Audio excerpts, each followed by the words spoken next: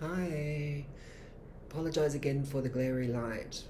There's not much moving around it because there's this huge kind of globe lampshade, I guess, and it just diffuses all the light.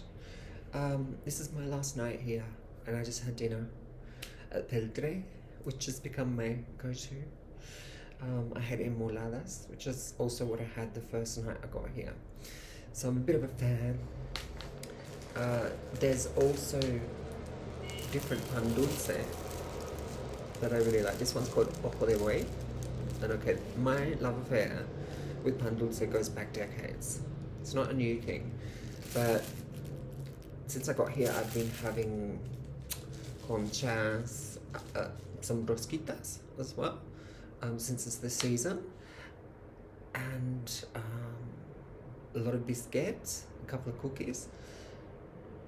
But I hadn't remembered the Ojo de Buey until I saw people selling them on the street. So I'm like, oh my god, that's gonna go really well with coffee tomorrow. Sorry, my ear's itchy. And it will on my last day here. So I'm gonna get up early. I got up at 7-ish today, and I don't mind getting up early again. I mean, I've slept a whole lot better in Mexico than I do in Sydney. It's a bit of a sign, isn't it?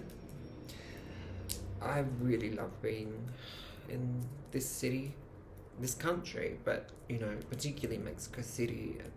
As I've grown older, I've become more enamored of Mexico City. When I was younger, as an exchange student, I went to Jalapa, and I didn't make it this time. I often try to spend a bit of time in Jalapa. It's a much smaller town. It's definitely very charming, don't get me wrong.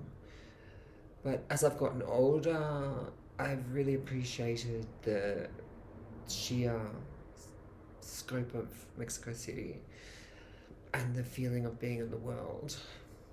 There's nothing quite like it. Not even New York. I do like New York, but this is a fantastic city. This is really a city of great contrasts, of course, but you do feel like you're in the world, and I love Mexicans. On the whole, of course, there's going to be unlovable Mexicans, but culturally, this is home, and I'm sad to be leaving because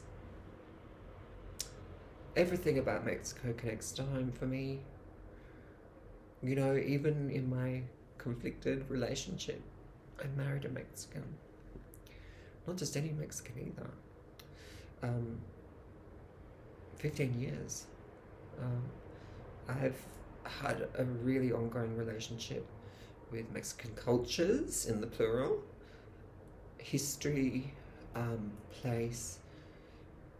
I feel balanced here in a way that I do not or cannot envisage in many parts of the world, including the country that I was raised in, Australia. I am looking forward to going to Sydney. That is where I work. That's where my life kind of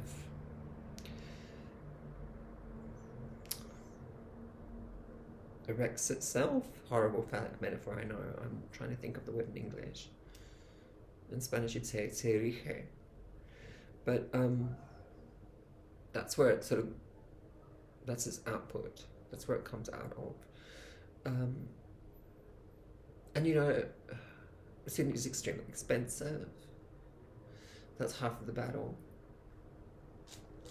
But I do value being in Mexico City so much. I love the sense of cohesiveness in a big city.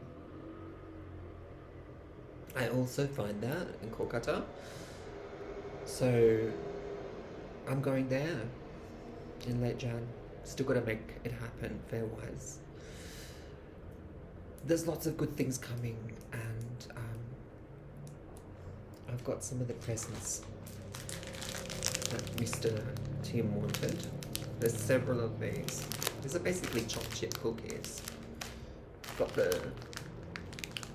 got the tubes version, and I've got the box version, and I've got so they're called chiquitraques. I've also got churimais, which he adores. He said get more of these, so I'm going to get more of them. I got a really hot one. He doesn't like that one as much. I might keep that for myself, since we're always discussing what heat of Vindaloo he'll prefer. I always think that he'll want the top level, but he actually quite likes medium, including with Vindaloo. We share a lot of loves for things, food being a core part of that. And, you know, as misshapen as things have gotten, I do care about him a lot, and I want things to move in the right direction for both of us.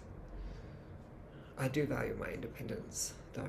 I really, really do. And my sanity, my chance at making some leaps and bounds in my new life, so to speak. I caught up with an honours student who finished in July with me and who's been living in Mexico City for a year. And he texted me a few hours later and said, because we spent 3 hours together, so I didn't end up going to the markets. Bad. We'll go early tomorrow. But anyway, this student wrote to me and said, oh my God, it was so good to catch up with you, and I'd forgotten how much I miss our conversations. Isn't that beautiful? See, this is the thing when you sort of get a sense of belonging in other spaces as well. He's been here for a year. Sometimes a supervisor or a mentor can also be a bit of a lifeline. And I like being that person. I like being part of that conversation. I've got 3 honours students next year. Can you believe that? I think I've found a way to get on track and be happy. The best thing about it, though, is I can just be happy being me. You know, I no judgment. People just accept me. They actually respect me as well, which is, like, I never imagined as a 20-something that I could openly be myself and, you know, embrace being a woman, and that people would actually respect me. It was a different time then.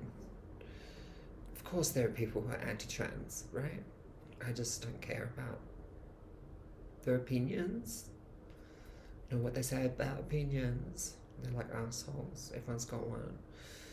But they mean nothing to me, because people who are anti-trans and biologically essentialist, they think that there's literally just men and women that's determined from birth. They're like flat earthers. They don't understand the formation of human identity and self. This is not something that's premised on a one factor only thing. Do you have gametes this shape or that size? It's unbelievable that human beings could pronounce the extent of their humanity on the basis of biological function. Now that's what I mean by flat earthers. If you cannot see the extent of the cosmological